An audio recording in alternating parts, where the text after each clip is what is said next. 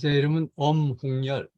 현재 에, 서울시 문화관광 해설사, 또 중앙박물관 도슨트, 작년까지는 전쟁기념관 도슨트까지 이 분야에 맹활약 중에 있습니다.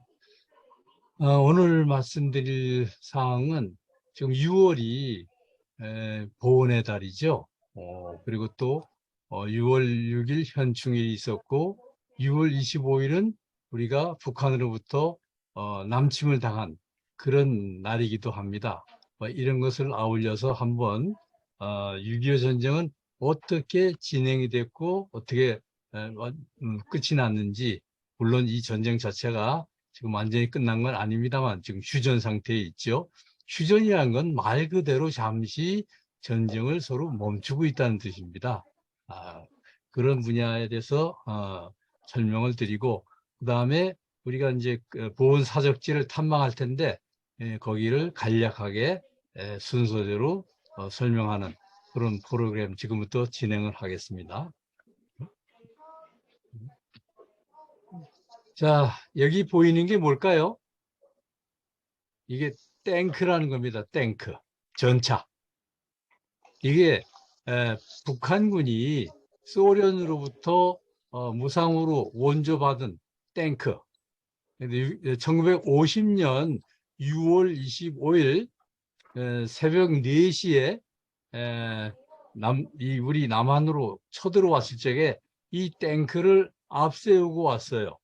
그런데 참 유감스럽게도 우리나라는 그때 탱크가 한 대도 없었습니다.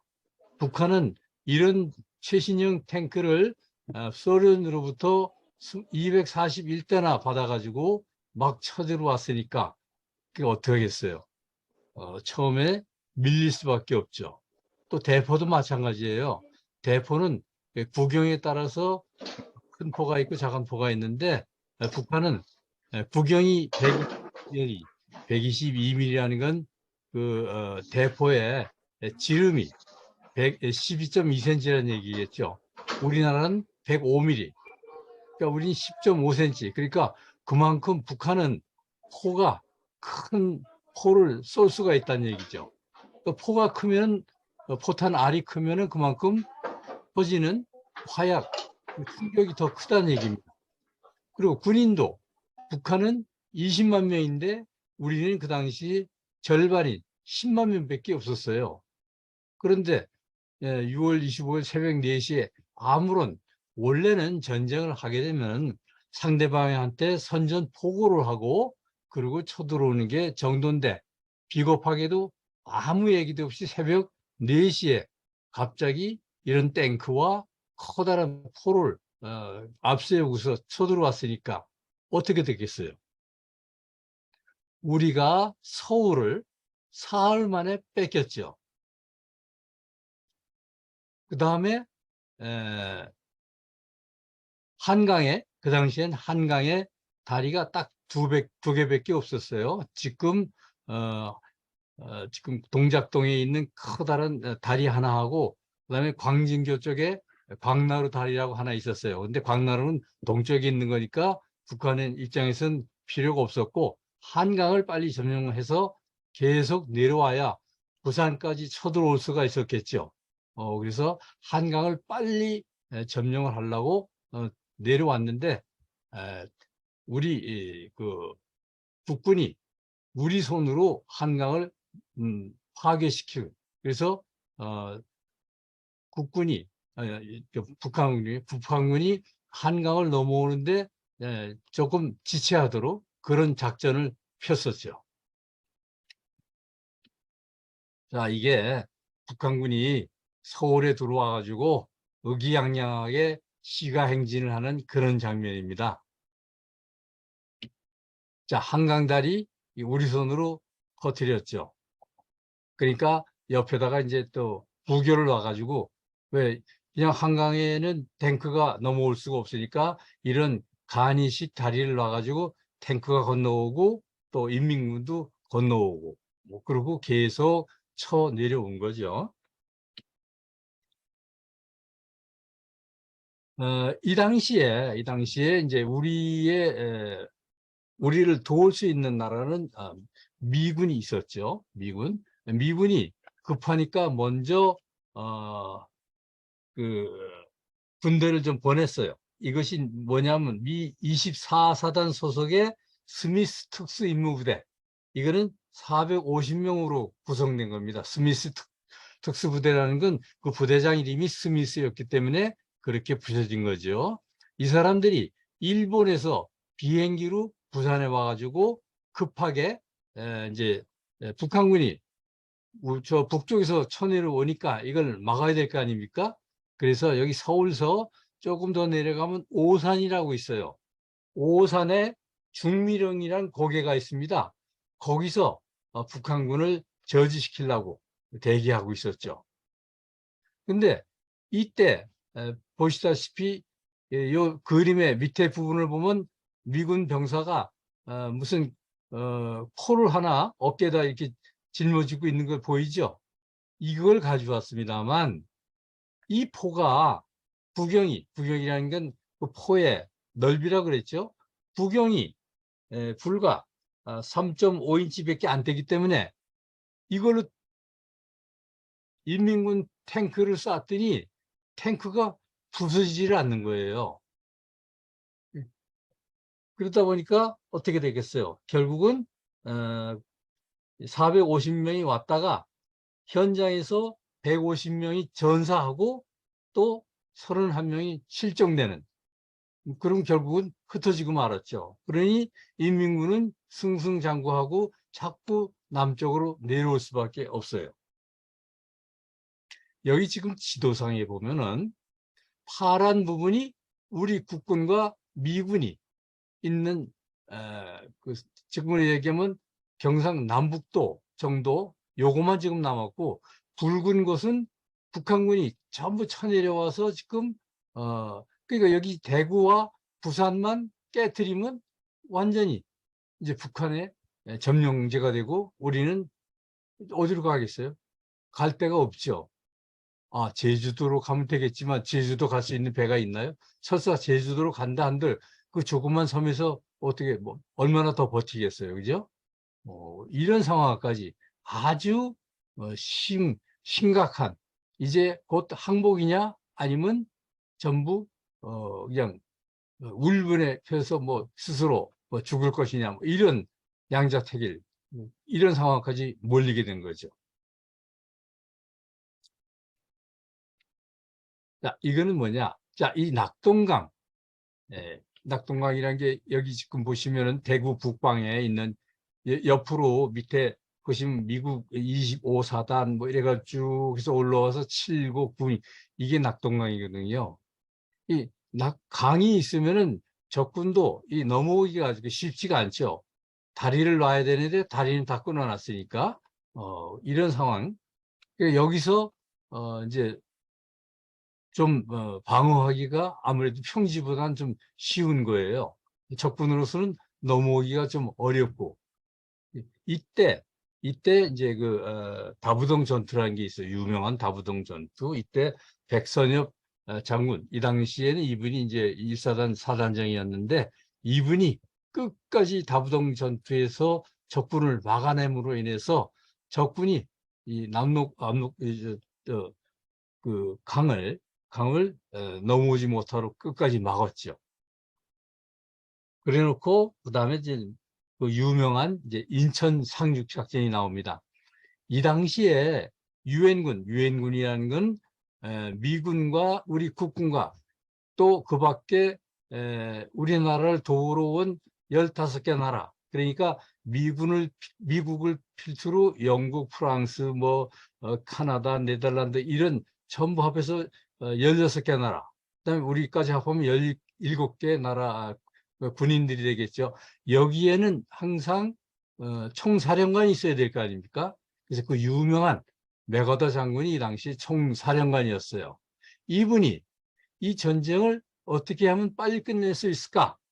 궁리를 하신 끝에 인천의 상륙작전을 펴면은, 성공을 하면은 지금 인민군은 이 밑에 대구 전방에 낙동강을 중심으로 지금 천일에 올라오고 작전을 하고 있지 않습니까? 작전을 짜고 막 하고 있는데 인천은 서울 바로 옆에 있잖아요. 그러니까 인천 상륙작전을 해서 성공을 하면 어떤 일이 생기겠어요? 두 가지 측면에서 우리한테는 아주 유리한 경우가 생깁니다. 어떤 거냐면 첫 번째는 지금 이 인민군이 모든 군수물자, 군대라고 하는 것은 군인만 있는 게 아니라 군인이 전투를 제대로 하려면 무기하고 또 먹는 거, 입는 거 이런 게 다 계속 보충을 받아야 될 거 아닙니까? 또 무기뿐만 아니라 탄약도 가지고 다 그 북한 땅에서 가지고 와야 될 거 아니에요. 그러려면 그걸 싣고 내려오는 주요한 통로가 뭐겠어요? 경부선이죠. 경의선과 경부선. 경의선이라고 하는 것은 저 북한의 신의주에서 서울까지, 경부선이라는 건 서울서 부산까지 놓여 있는 철도를 얘기하는 거예요. 그것이 서울을 거쳐가지 않습니까? 그러니까 그걸 인천 상륙작전을 성공시켜가지고 그걸 점령을 하고, 그러면 군수물자가 내려갈 수가 없죠. 그러면 지금 남쪽 대구 전방에서 싸우고 있는 인민군은 이제 큰일 난 거죠. 그런 거 보충을 못 받으면 힘들게 되는 거죠, 전쟁이. 그리고 인천 상륙작전이 성공한 유엔군과 우리 국군이 거꾸로 우회 서울로부터 자기네 배후 경상도 대구 쪽으로 쳐내려오면 인민군 입장에서는 양쪽으로 군대를 맞는 거 아닙니까? 앞에도 우리 국군과 유엔군, 자 뒤에도 국군과 유엔군. 그렇게 되면 어떻게 됐어요? 망하는 거죠. 실제로 인천 상륙작전을 성공시킴으로 인해서 그 다음부터는 인민군은 도망가기가 바빴어요. 뿔뿔이 도망가기 시작했어요. 근데 사실 이 인천 상륙작전은 처음에 맥어더 장군이 자기네 미군 사령부라는 건 본국에 있는 거죠. 소위 국방부, 펜타곤이라고 그러죠. 국방부에다가 이 작전을 처음에 하겠다 하고 계획서를 보냈더니 그쪽에서 노했어요. 왜 노했냐? 인천이라고 하는 데는 조수 간만의 차이가 너무 심한 곳이에요. 말하자면 뭐냐? 밀물과 썰물이 그 차이가 너무 심한 곳이고, 여러분 인천 앞바다에 가보면 뻘이 너무 많아요. 그러면 큰 배가 이때 군함이 241척이나 왔는데, 군함이 올 적에는 거기다가 미군과 우리 국군을 다 잔뜩 싣고 온 거 아니에요? 그럼 그 사람들이 내려서 인천 앞바다를 통해서 월미도를 통해서 육지로 올라와야 되는데 그 뻘이 너무 뭐하니까 거기 가지 말고 다른 곳으로 가라 그랬어요. 이쪽 전라도 쪽에 다른 곳으로 가라고 했는데 맥어더 장군이 뭐라고 그러냐면 적군도 그것을 알고 있기 때문에 여기 방비, 경비가 덜 할 것이다. 허술할 것이다. 실제로 그랬어요. 그래서 인민군은 설마 유엔군이 이런 불리한 장소 인천에 오겠느냐 안 하고 이쪽 서남 해안 쪽에 중요한 이런 항구 이쪽에 방비를 굳게 했대요. 그런데 보기 좋게 그 허를 찌른 거죠. 허를 찔러서 결국 성공을 했어요. 보시면 여기 이브니 메가더 장군이죠. 다 배에서 내려가지고 이렇게 걸어서 이제 상륙을 하는 이런 장면이, 이건 실제 사진을 그 당시 찍은 거예요. 자, 그럼 다음엔 뭐겠어요? 우리가 서울을 사흘 만에 뺏겼잖아요. 사흘 만에. 그러면 서울을 빨리 도로 탈환해야겠다. 이때 서울을 어느 부대가 먼저 들어가느냐 경쟁이 붙었어요. 사실 어느 나라 어느 군대나 도망갈 때는 화해도 다시 승기를 잡아가지고 탈환해서 다시 올라갈 적에는 인제는 신나는 거예요. 그러면 이제 일종의 공명심이 불타가지고 내기가 붙는 겁니다. 그래서 육군은 육군대로도 어느 사단이 먼저 중앙청, 이게 뒤에 보이는 건물이 이게 중앙청이에요. 여러분 이 중앙청 본 사람 있는지 모르겠어요. 사진으로는 봤죠. 이게요 경복궁 안에 있는 겁니다. 그럼 이게 옛날에 경복궁 안에 우리나라 사람이 이걸 지었을까요? 택도 없죠. 경복궁이라는 데가 어떤 곳이에요? 여러분 서울에 조선시대 궁궐이 몇 개인지 아세요? 말씀해 보세요. 몇 개예요? 자, 이름을 대볼까요? 경복궁 지금 했네. 창덕궁, 창덕궁 옆에 창경궁, 그 다음에 시청 앞에 덕수궁, 또 하나, 요걸 잘 모르죠? 경희궁. 경희궁이라는 게 지금 서울 역사박물관에 있는 그 자리예요. 이 궁궐은 실제로 지금 사용을 안 하고 있죠. 그래서 여기는 입장료도 안 받고 그 동네 사는 분들이 아침 산책 코스로 돼 있어서 실질적으로 궁궐 역할을 못하고 안 하고 있는 것이고, 나머지 네 개 중에서 경복궁이 태조 이성계가 처음에 지었던 그 궁궐이죠. 중심이 되는 궁궐. 그래서 이거는 북쪽에 있다고 그래서 북궐 이렇게도 불러요. 근데 그러면 우리나라 궁궐 안에 이런 뜬금없는 무슨 서양식 건물을 누가 지었겠어요? 당연히 이건 일본 사람이 지은 거죠. 무슨 용도로? 우리나라를 다스리기 위한 조선 총독부 건물입니다. 이게 4층짜리 건물이었어요. 아니 세상에 어디 지을 데가 없어. 남의 나라 궁궐 중에서도 최고로 크고 으뜸가는 경복궁 안에다가 저희 나라 건물을 갖다 지으면서 우리나라를 다스리기 위한 총독부를 여기다 짓는 그런 몰상식한 사람들이 어디 있겠습니까? 그래서 이때만 해도 이 조선 총독부 이제 나중에 해방이 되니까 일본 사람들은 다 물러가고 이게 이제 뭐가 이름이 바뀌어졌냐면 중앙청으로 바뀌어졌어요. 왜 중앙청으로 바뀌어졌냐? 자, 해방이 됐는데 정부 각 부처가 들어갈 집이 없는 거예요. 그래서 할 수 없이 그냥 조선 총독부 건물을 이름을 중앙청으로 바꿔가지고 여기에 내무부, 재무부, 무슨 총무처 할 것 없이 다 이 속에 나눠서 들어갔죠. 대통령실도 여기 들어가고. 그러다가 나중에 여러분 지금 광화문 앞에 보면 바른 쪽에 정부청사라는 건물이 있죠. 지금 과천에도 있고 세종시에도 있죠. 건물을 다 지으니까 이거를 어떻게 할까? 이제 여론조사를 했더니 그냥 두자는 사람이 50%, 없애야 된다는 사람이 50% 이랬어요. 그러면 두자는 사람은 왜 두자 했을까요? 이게 치욕의, 역사적으로 치욕의 상징이니까 우리 후대 사람들이 보고서 반성하고 각오를 다시 하는 그런 계기를 삼아야 된다는 거고, 없애자는 사람이 이건 치욕의 산물이니까 없애자. 50대 50이었는데 그 당시 대통령께서 치우라고 최종 결정을 내서 지금 이 건물은 처음에 그대로 다 천안에 가면 독립기념관 글로 옮기려고 했는데 헐어봤더니 이게 돌집이 아니었기 때문에 없애버리고 이후에 돈 부분 있죠. 요거만 지금 거기가 있어요. 자, 이제는 문제가 생겼죠. 문제가 생겼다기보다 유엔군은 38선 우위로 안 가려고 그랬어요. 왜? 그동안 인민군이 쳐들어서 많은 유엔군이 전사하거나 다쳤잖아요. 근데 38선을 넘어서 쳐들어왔으니까 우리가 38선까지만 가면은 이제는 됐지 않느냐 이런 생각을 가졌던 거죠.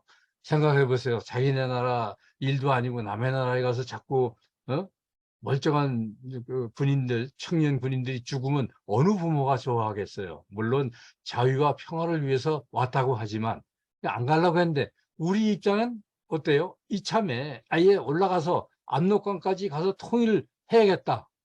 이런 생각 들지 않겠어요? 그 당시 이승만 대통령이 미 3사단한테 명령을 내렸어요.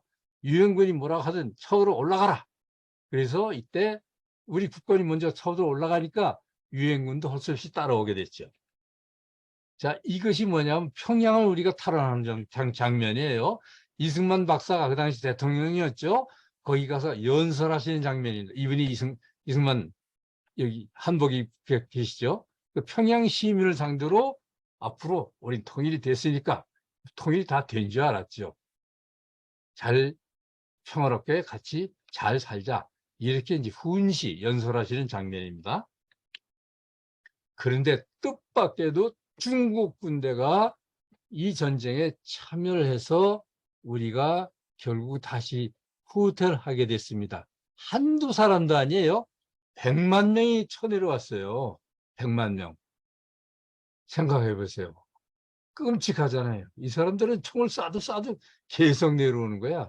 그래서 우리가 포로를 잡아가지고 너희는 말이야 이렇게 기관총 쏘고 그래서 포탄 떨어뜨리고 막 하는데 어떻게 그렇게 계속 내려오고 산을 기어 올라오냐 했더니 뒤로 나가면은 자기네 장교가 자기네 쏜대.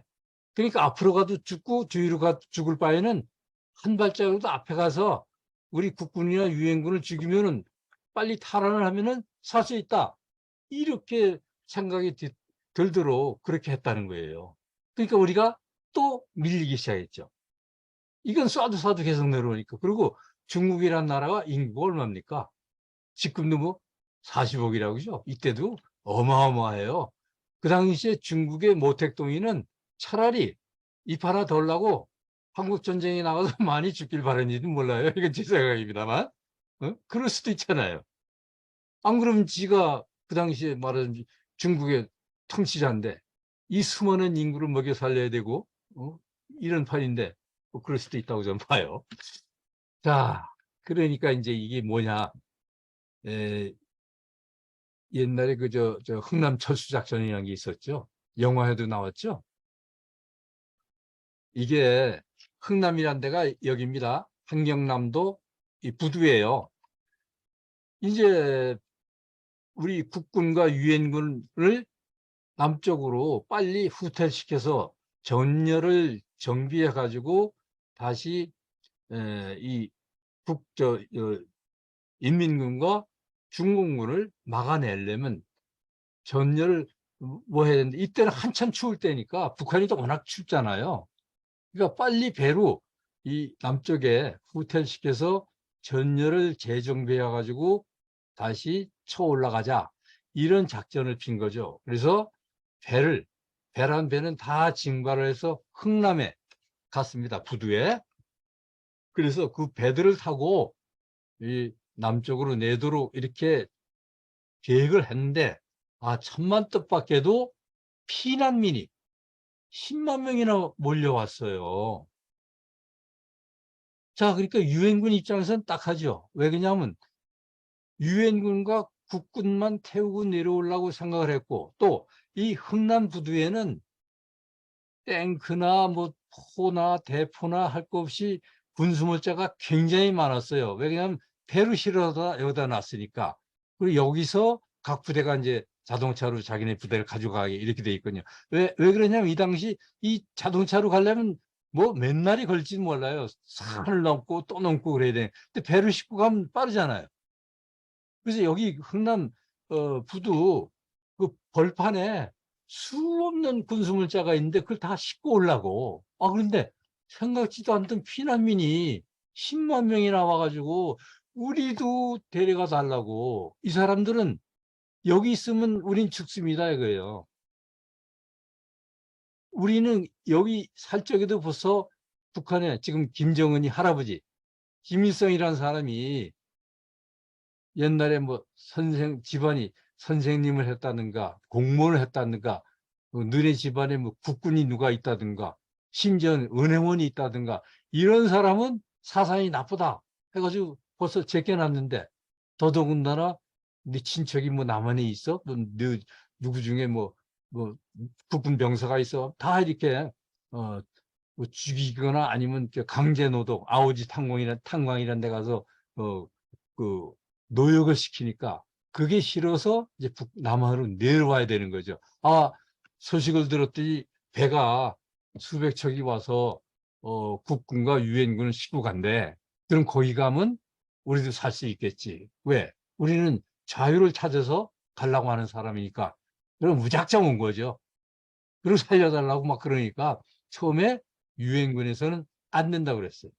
그런데 우리 이제 국군 장군들이란가 뜻이 있는 분들이 계속 설득을 시켜가지고 결국은 이 10만 명이 넘는 피난민들을 다 싣고 부산하고 그다음에 거제도 여기에다가 풀어놨죠. 그게 유명한 흥남 철수 작전이고 우리가 그 KBS에서 한때 왜 남북한 이산 가족 찾기 방송을 한 적이 있었잖아요. 그때 보니까 이때 에, 철수하는 도중에 또 서로 잊어버린 사람도 많고 참 이 전쟁이라는 건 전쟁 있으면 안 된 비극적인 사건이에요. 자, 그래가지고 전열을 다시 재정비해가지고 우리가 다시 또 쳐올라가기 시작해가지고 그 서울을 되찾았는데 다시 또 북한과 중공군이 특히 중공군이 인해 전술 아까 인해 전술이라는 뭐라고 그랬어요? 사람이 그 해변가에 있는 파도처럼 파도라는 건 한 번 들어오고 마나요? 여러분 동해바다 특히 가보세요. 파도가 한번 쫙 들어왔다가 가만히 있나요? 그렇지 않잖아요. 1파, 2파, 3파, 4파 계속 밀려와요. 그런 식으로 이거는 쏴도 계속 몰려오니까 방법 없이 서울을 또 한 번, 이게 1951년 1월 4일 서울을 또 한 번 내줬다 해서 일사후퇴라고 합니다. 일사후퇴. 이게 다시 밀렸죠. 다시 밀려가지고 이제 음, 서로 이 38선을 경계로 밀고 다지고 2년 동안 싸웠어요. 2년 동안. 근데 북한이나 우리나 이제 말하자면 이제 그 서로 비등비등한 전투가 돼 버렸어요. 북한은 그 중공군이 이거는 뭐 수도 없이 많이 밀려오니까 일적으로 우리가 못 당해요. 어, 이 유엔군이나 우리 국군은 화력이라는 게 총이나 대포나 탱크나 뭐 전투기를 얘기하는 거죠. 이거는 우세하지만 이거는 한정된 거죠. 서로 대결해서 싸우는 것이 결과적으로 전투의 끝은 뭐냐? 육군이 이겨가지고 그 땅을 내 것으로 만드는 그게 전투의 끝이거든요. 그런데 저쪽은 중공군이 워낙에 뭐 수없이 밀려오니까 그래서 오전에는 우리가 쳐 올라가서 어, 뺐고 근데 야간엔 또 우리가 당해요. 이 전투가 계속 그렇게 됐어요. 밝은 대낮에는 우리가 화력이 좋으니까 예를 들어서 백마고치 그러면 백마고치까지 8분 능선까지 우리가 탈취해요. 근데 밤에는 꼭 중공군이 또 그 나팔을 불면서 다시 쳐들어오고 워낙 인해 전술로 오니까 또 우리가 뺏기고 이런 식으로 수없는 전투. 백마고치가 왜 백마고치냐? 하도 양쪽에서 포탄을 우리 국군이 또 유엔군이 40만 발이나 포탄을 갖다 퍼부었어요. 그랬더니 위에가 산등성이가 하얗게 변한 거야. 근데 그게 위에 비행기에서 이렇게 내려다봤더니 마치 흰 말이 이렇게 누워있는 형상처럼 보였대요. 그래서 백마고치.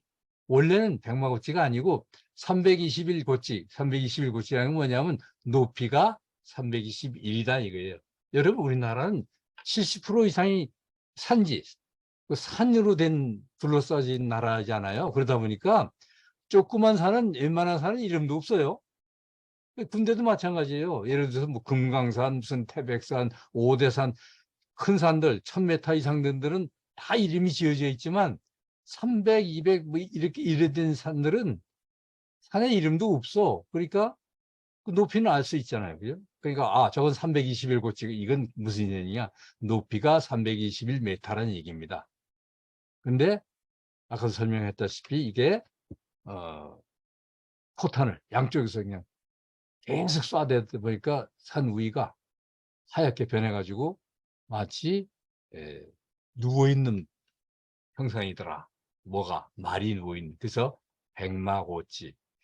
근데 결국은 그 백마고치가 마지막에는 우리 손으로 넘어왔어요. 그게 어떻게 되냐면 빼꾸 그렇게 하기를 열대 번이나 하다가 마지막에 그때 이제 그 백마고치 6탄 3용사라고 그러는데 그 상사 한 분하고 그때는 상사가 말하는 분대장이죠. 이분이 자 이제는 뭐 적군이 중국군이 그 위에서 참호를 파고 계속 저 기관총을 쏴대니까 이거 안 되겠다 싶어. 그래서 자 내가 수리탄을 온몸에 감고 이걸 터트리고 저길 쳐들어갈 건데 저 참호 쟤네들이 파는 이런 그 조그만 웅덩이죠. 저길 쳐들어갈 텐데 지 혼자 나오라 했더니 두 분이 더 나왔어요. 그래서 그 셋이서 올라가서 그 적군이 있는 그 참호 속으로 뛰어 들어간 거죠. 들어가면서 수리탄이 터지니까 결국 거기를 우리 백마고치가 우리게 됐어요. 이 백마고치가 왜 중요하냐면요. 그 밑에가 바로 철원 평야예요. 철원 평야. 여러분, 철원 5대쌀 얘기 들어봤어요? 우리나라에서 쌀맛 밥맛 좋기를 최고로 좋아가지고 철원 5대쌀이 제일 비싸요. 철원 평야가 이 백마고치가 우리 손에 들어옴으로 인해서 결국은 우리가 철원 5대쌀 맛도 볼 수 있다. 그런 얘기가 되겠습니다. 자, 이건 뭡니까? 이제 결국 2년 동안 휴전 회담을 하다가 결국은 양쪽 다 이거는 이제 서로 알았어요. 유엔군도 저쪽이 중공군이 버티고 있는 한은 더 올라가기가 좀 어렵겠구나. 또 북한도 마찬가지예요. 이쪽에 16개 나라가 우리를 도우러 왔잖아요. 그중에 이제 90%가 사실 미군이죠. 미군은 100만 명 이상이 와가지고 전사자도 4만 명이 나왔어. 부상당한 사람 9만 명. 생각을 다시 한번 해보세요. 자기네 나라 땅을 지키는 것도 아니고 생전 보도 못한 코리아, 그 사람들은 많은 군인들은 코리아가 어디 붙어 있는지도 모르고 왔대요. 아니면 어떤 사람은 그 새카만 흑인이래. 뭐 이렇게 잘못 정보가 입력돼서 오고 이런 사람들이 와가지고 자꾸 전사를 하게 되면 그렇지 않습니까? 우리가 월남을 도우러 갔을 때도 월남 전에도 그 가서 전사한 우리 국군 아저씨들이 많잖아요. 물론 자유와 평화를 지키는데 왜? 우리가 6.25 전쟁 때 미군과 기타 유엔군 16개 나라가 우리를 도왔지 않습니까? 그러니까 우리도 자유와 평화를 위해서는 베트남에 가서 그 베트남 공산군하고 싸우는데 도와줘야겠다. 또 그런 요청도 왔고 했으니까 갔다 왔잖아요. 그런 식이죠. 어떻게 보면 뭐 신세를 이제 사실은 뭐 이제 베트남은 사실 그 당시 우리를 그 뭐 직접 군대를 파견한 나라는 아닙니다만 어찌됐건 그렇게 서로 사람이 이제 살아가는 동안엔 어떤 자유와 평화라든가 민주라고 하는 그 가치를 위해서 이제 자기 목숨을 바치는 경우가 그래서 이제 포로 교환이 서로 끝났고 사실 그 포로 교환은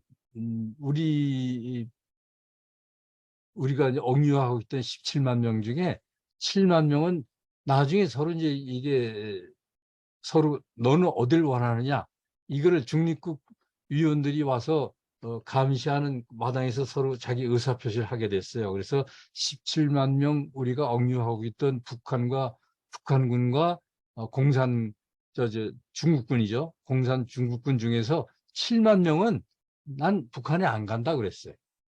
그 사람들은 남한에 남았고 10만 명만 돌려보냈고 저 북한군이 억류하고 있던 2만 3천 명은 대부분 다 내려왔어요. 그러니까 어떻게 보면 손해본 셈이죠, 그죠? 예, 숫자, 머리 숫자로만 따지면. 그러나 포로 교환할 땐 그런 숫자를 안 따집니다.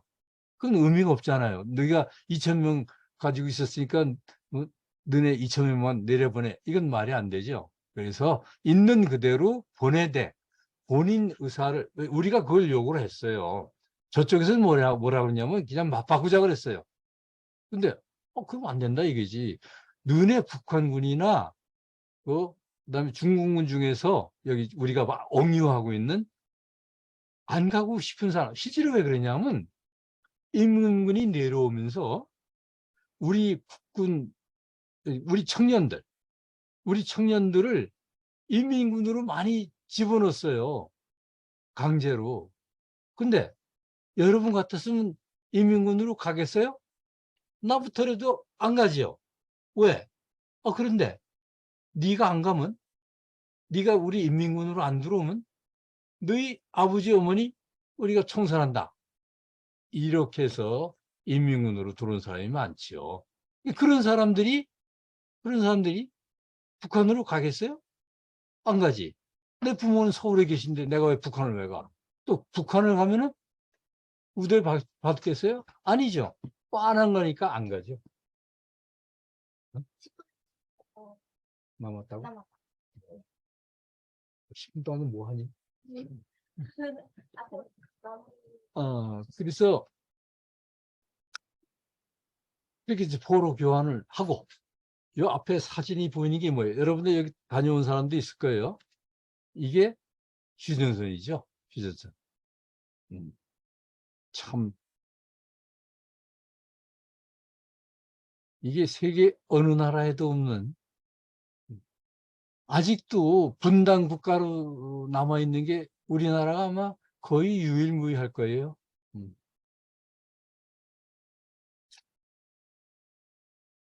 이건 뭐예요?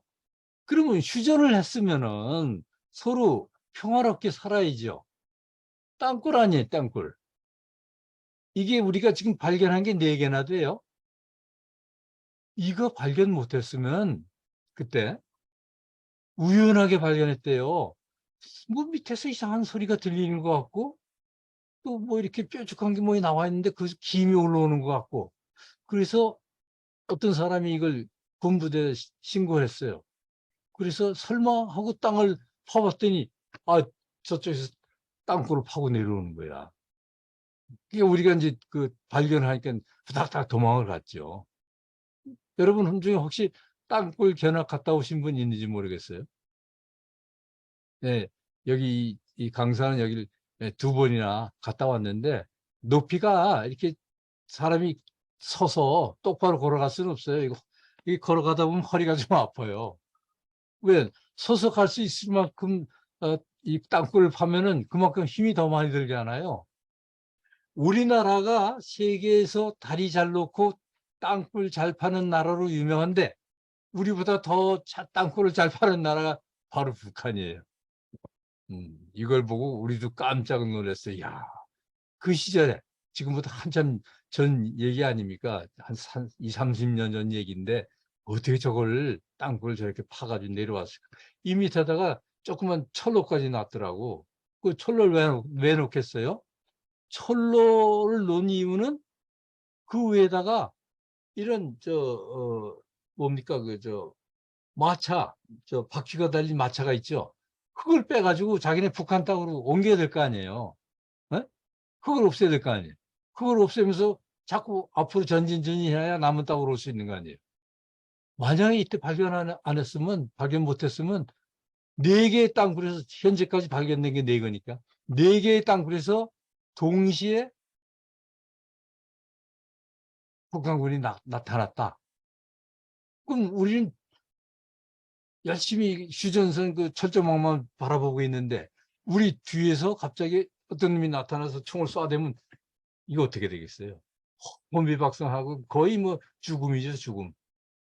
그렇게 겉으로는 휴전해서 이제 서로 싸우지 말자 해놓고 뒷구멍으로는 이런 짓거리를 했던 게 북한군입니다. 자, 다음에는 이제 우리가 이제 답사갈 걸 간략하게 설명을 드릴게요. 이분은 뭐냐? 최규식 경무관. 이분은 그 북한군이 그 청와대를 습격하려고, 그 당시에 청와대에는 이제 돌아가신 박정희 대통령이 거기 계시는데, 지금 청와대는 용산으로 옮겼죠. 그 당시 지금 경복궁 뒤에 있었는데, 그 언덕 뒤로 31명을 보내가지고 청와대를 습격해가지고 우리 대통령을 시해하려고. 그런데 그때 종로 경찰서의 서장 이하 경찰관들이 그 고갯길을 막고 있었어요. 막고 있는데 갑자기 나타나니까 교전이 벌어졌죠. 교전이 뭡니까? 싸웠다는 얘기죠. 그때 이분이 종로 경찰서장이었는데 현장에서 전사하셨어요. 예, 그 당시 계급이 총경이었는데 경무관으로 추서해가지고 그 동상이 지금 여기 있습니다. 그다음에 또 한 분이 돌아가셨어요. 정종수 순경이라고. 이분도 돌아가시니까 경사로 한 계급 승진시켜가지고 순직비가 그 부근에 같이 있어요. 나중에 우리가 가서 직접 볼 수가 있습니다. 그다음에 윤동주 문학관이라는 게 있어요. 윤동주 시인은 별을 해는 밤이라든가 아주 주옥 같은 시를 많이 쓰셨던 분인데, 이분은 원래 그 만주에 계셨어요. 그 당시에 우리나라 동포들이 만주 일대에 많이 가 사셨죠. 왜? 우리나라 땅에서는 일본이 자기네 농민을 많이 들여와가지고 딱 자꾸 이게 땅을 싼 값에 사들이면서 우리를 자꾸 밀어내니까, 그래서 이 만주 쪽으로 많이 이민을 갔습니다. 이주해가지고 거기서 살았는데, 근데 이분들은 아마 그 부모님들이 좀 이렇게 열심히 뭐 하고 뭘 가져가신 게 많았는지 하여간 좀 그래도 좀 사시는 편이라 거기서 다니시다가 어디로 오셨냐면 연희 전문학교로 왔어요. 일본은요, 우리나라 사람들을 일제강점기 때 여러 가지로 차별되어 있는데 교육제도도 마찬가지예요. 자, 초등학교, 중학교, 고등학교, 대학, 이거는 우리 현재와 똑같아요. 초등학교 6년, 중학교 3년, 고등학교 3년, 대학 4년. 대학은 또 뭐 대학원도 있는데, 근데 자기네 나라 사람들만 이렇게 하고 우리 조선 사람들은, 자, 초등학교는 똑같이 6년, 중고등학교 합해서 5년제, 보통학교. 그다음에 대학은 4년제가 아니라 전문학원 2년제만 인정을 해줬어요. 왜? 조선 사람들은 많이 배울 필요가 없다 이거지. 뒤에 일본 사람만 열심히 공부할 수 있게. 이렇게 되다 보니까 이분이 연희 전문, 지금 연세대학이죠. 연희 전문 와서 공부를 하셨어요. 이때 이제 시도 쓰시고 그러시다가 일본 도시사 대학으로 유학을 떠나셨는데, 거기서 독립운동을 하시다가 들켜가지고 교도소에 갇혔는데 2년형을 받아가지고 근데 참 안타깝게도 해방되기 6개월 전에 돌아가셨어요. 6개월만 잘 버티셨으면 이제 귀국해서 주옥 같은 시를 더 많이 발표하셨을 텐데 참 안타깝습니다. 송몽규란 분은 고종 사천관이에요. 같이 다녔어요.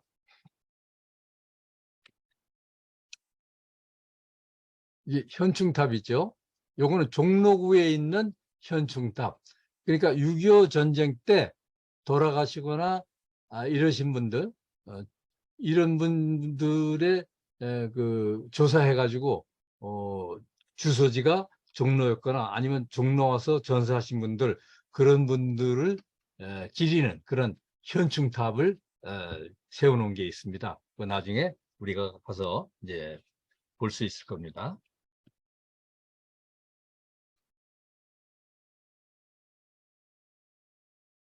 이거는 서울지구 병사부 사령부 터라는 거죠.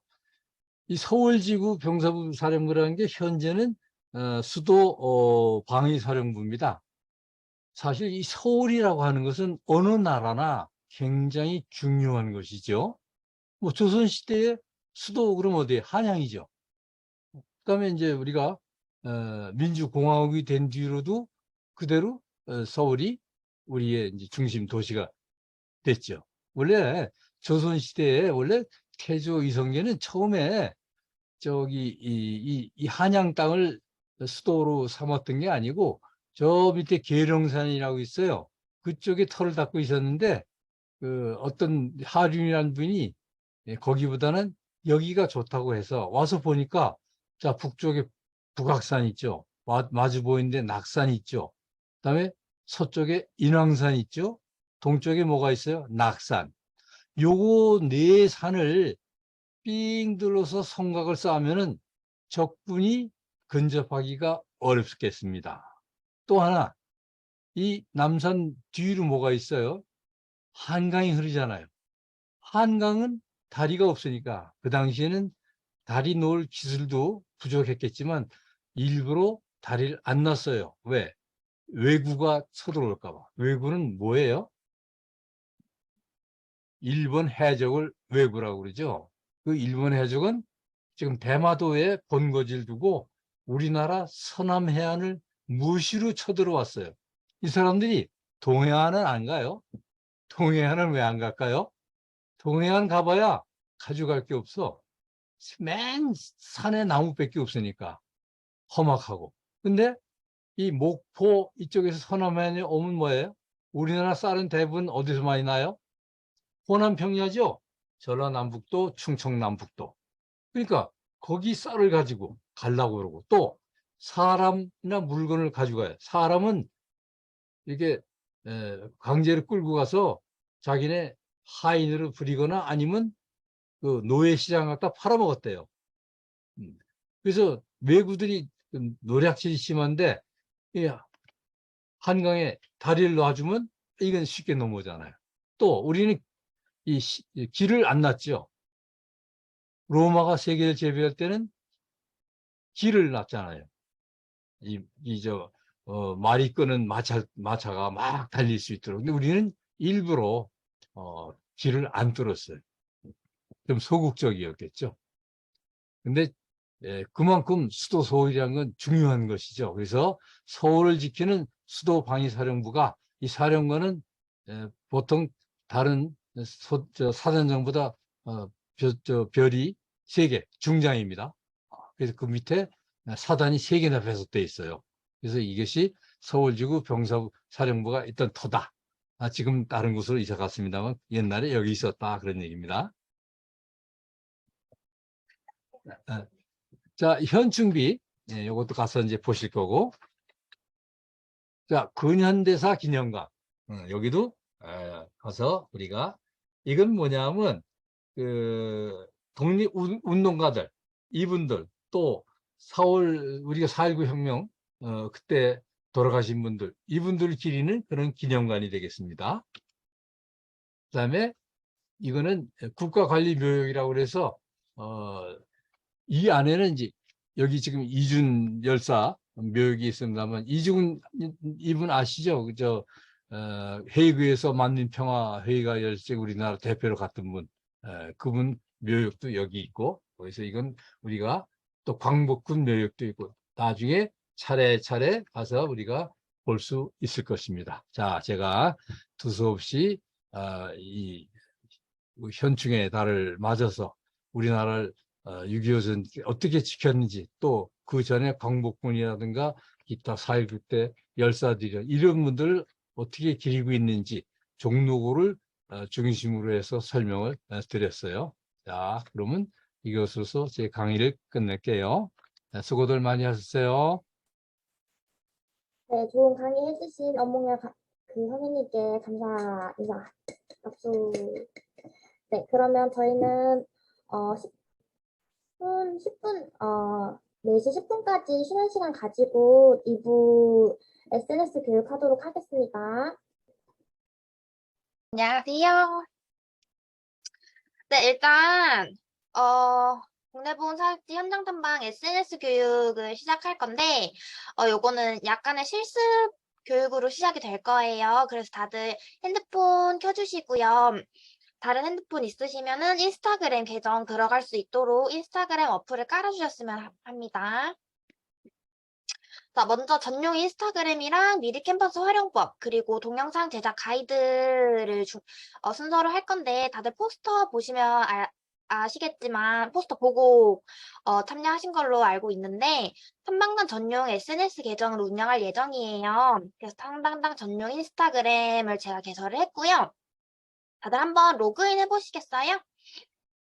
로그인하고 게시글까지 올려보는 걸로 이번 교육 마무리할 예정이라서 인스타그램에 로그인 한번 해주시길 바랍니다. 아이디는 2023 언더바 히스토리 TV입니다. 그리고 비밀번호는 탐방 2023이고요. 우리 모두 탐방단들은 이 인스타그램 계정을 사용할 예정이에요. 인스타그램에 로그인을 하면 이렇게 제가 게시글을 2개 올린 거를 확인할 수가 있어요. 제가 이렇게 게시글을 2개 올려놓았어요. 그래서 포스터랑 어떻게 게시글 올려야 되는지 예시를 올려놓은 거예요. 인스타그램에서는 지금 글씨가 조금 깨졌는데 처음에 약간 건물, 윤동주 문학관 건물 있는 게시글을 눌러보면 제가 이렇게 어떻게 쓰는지 작성 요령을 적어 놓았어요. 일단 윤동주 문학관이라는 곳 장소 소개를 하고 그런 다음에 1에서 3방단 누구누구입니다 라고 자기소개를 합니다. 그리고 윤동주 문학관에 대한 소개 그리고 해시태그를 다는 거예요.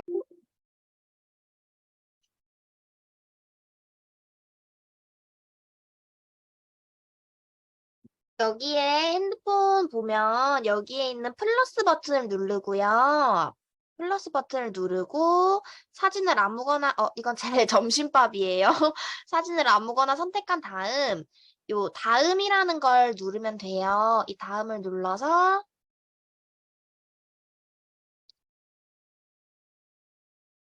이렇게 게시글을 쓸 수 있는 창이 떠요. 오늘 교육한 이 2차 교육 자료는 카톡방에 올려드릴게요.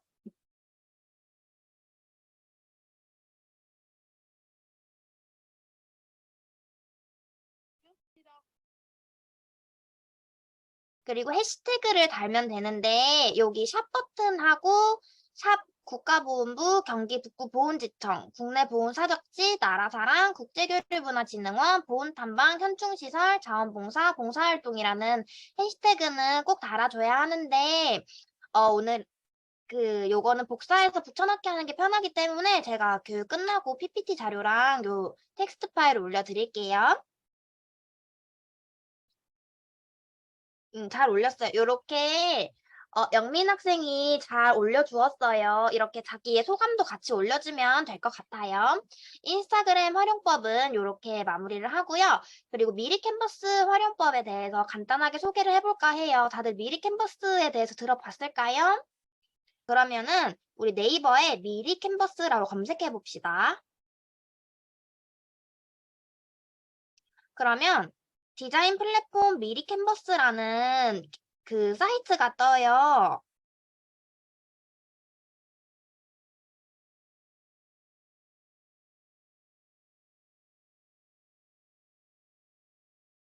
미리 캔버스라고 검색을 하면 나와요.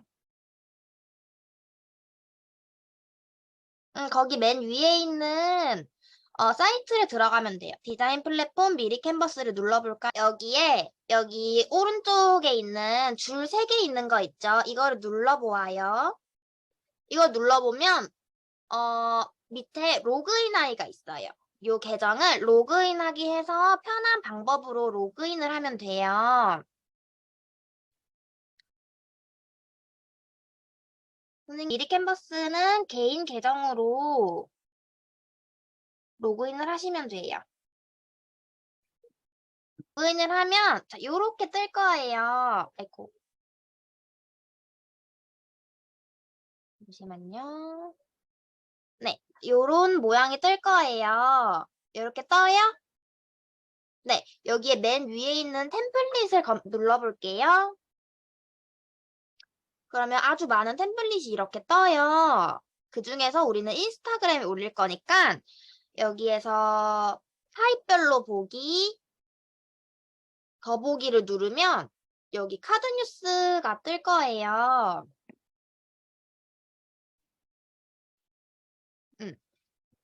회원가입을 하고 템플릿, 카드 뉴스, 템플릿에서 우리는 보훈 테마 활동이니까 보훈이라는 단어를 검색해 봅시다.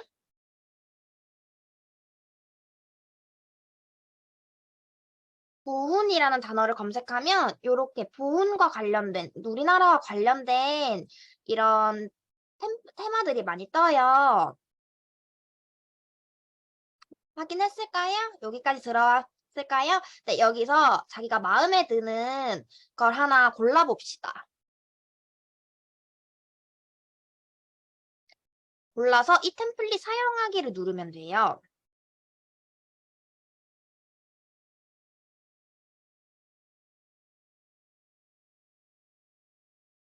그리고 사용하기를 눌러서 여기에서 글씨를 수정할 수가 있어요. 전혀 어렵지 않아요. 골랐어요? 자, 여기에서 그러면 여기에서 오늘 국가보훈처 교육이니까 이 글씨를 지우고 글씨를 한번 같이 적어볼게요. 국가보훈처 이제 국가보훈처가 국가보훈부로 이름을 바꾸었어요. 그래서 2023 국내 보훈사적지 탐방단이라는 글씨를 적어보도록 하겠습니다. 이게 글씨 크기를 조절할 수도 있고 글씨 폰트도 바꿀 수 있어요.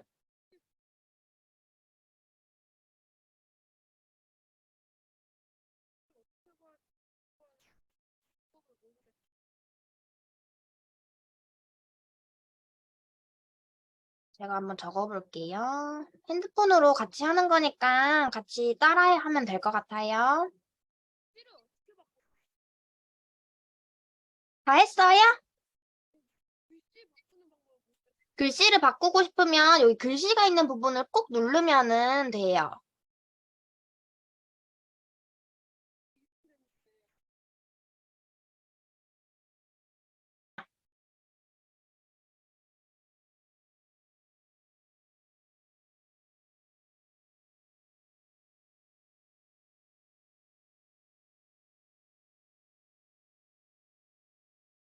저는 이렇게 글씨를 바꿔보았어요. 2023 국내 보훈사격지 탐방단 이렇게 글씨를 바꿔보았어요.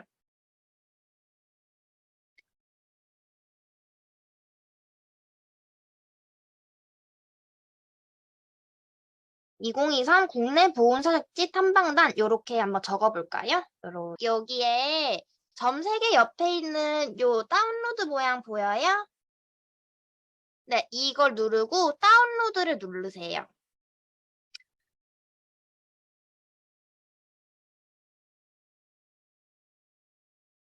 여기에 해서 자, 파일 형식은 첫 번째랑 두 번째 둘 중에 하나 아무거나 누르면 되고 저는 한 장의 종이만 했기 때문에 1페이지를 선택했어요. 그렇게 해서 다운로드를 하면 이렇게 사진이 다운로드가 됩니다. 아무거나 해도 돼요. 빠른 다운로드 해도 되고 고해상도 다운로드 해도 돼요.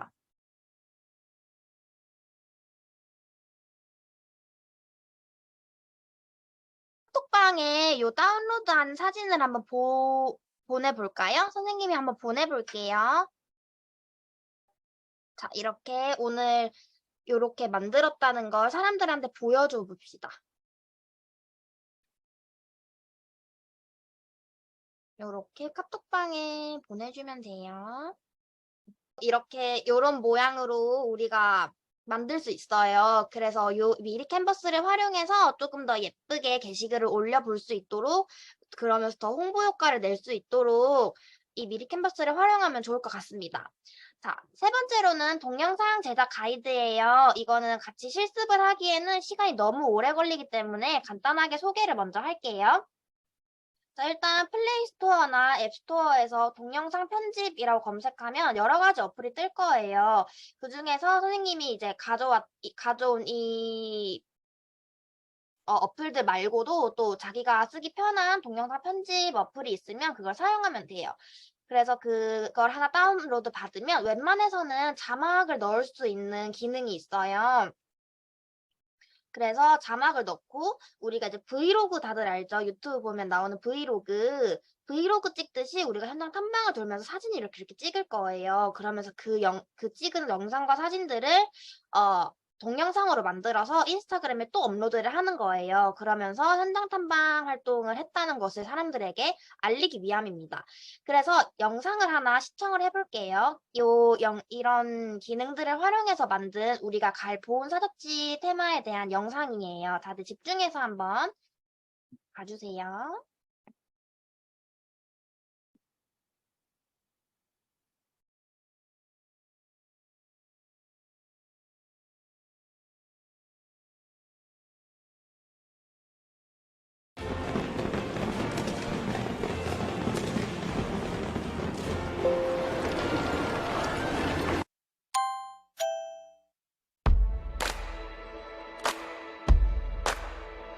이런 효과음도 넣으면 조금 더 재밌는 영상이 되겠죠? 이렇게 아까 봤던 미리 캔버스를 활용해서 이런 썸네일 동영상 첫머리에 나오는 이미지를 만들어도 돼요.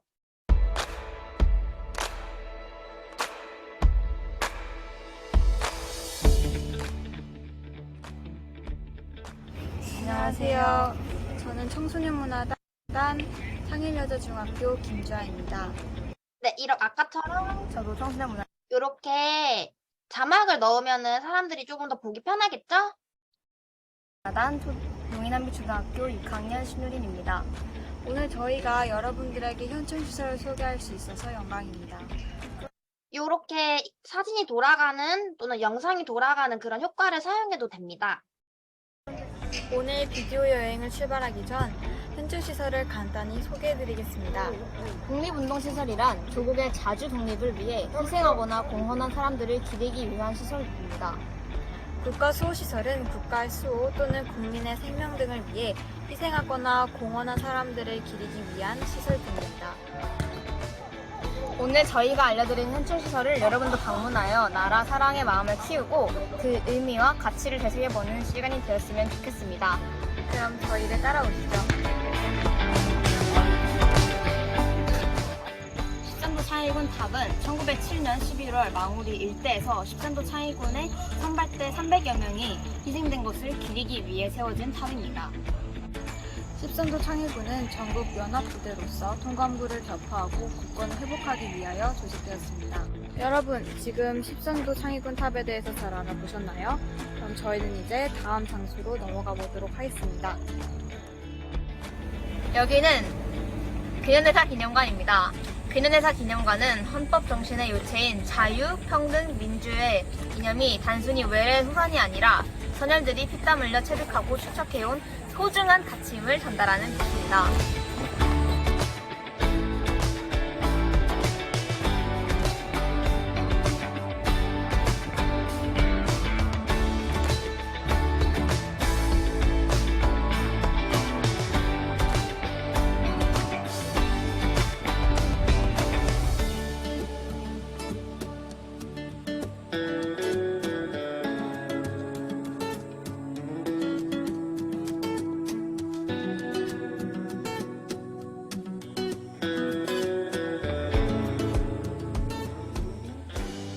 여기 광복군, 추모, 조형물은 대한민국 임시정부의 광복군으로서 중국 각 지역에서 일본군과 싸우다 전사한 애국선열 17위의 합동 묘소입니다. 현재 묘소는 국가관리묘역으로 지정되어 국가보훈처에서 현충원에 준하는 예우로 관리하고 있습니다. 안녕하세요. 저희는 지금 막 육군사관학교에 도착하였는데요. 여기에 안중근 동상이 있습니다. 이 안중근 동상은 무엇일까요? 이 안중근 동상은 이제 광복 70주년 기념 기념을 하고 육군사관학교 개교 69년을 기념하여 만들어졌습니다. 안중근 장군의 애국심과 국민 정신을 계승하기 위해 세워졌습니다. 그러면 제가 여러분들에게 안중근 장군의 동상을 보여드리도록 하겠습니다.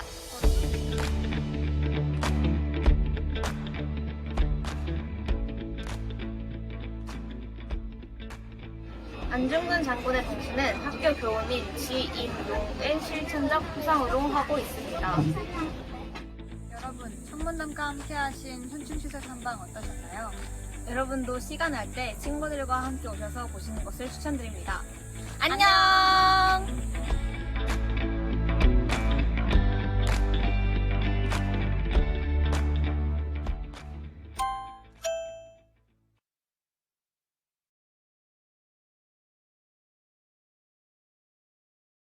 네, 아까 영상 잘 봤죠? 영상 속 내용에 있는 13호 창의군 비남, 현충탑, 그리고 안중근 동상 등 우리가 전부 다 탐방할 공간들이에요. 그래서 영상도 도움이 됐길 바라고 영상이 동영상 제작에 또 도움이 되었으면 좋겠습니다. 강의는 이 정도로 마무리하고요. 우리 1회차 탐방단은 6월 24일에 하고 2회차 탐방단은 6월 25일에 하는 거 다들 알고 있죠? 자기가 신청한 회차별로 안내 문자를 드릴 테니까 그때 늦지 않고 꼭 참석해서 즐거운 시간 보낼 수 있었으면 좋겠습니다. 자, 강의는 여기서 마무리하겠습니다.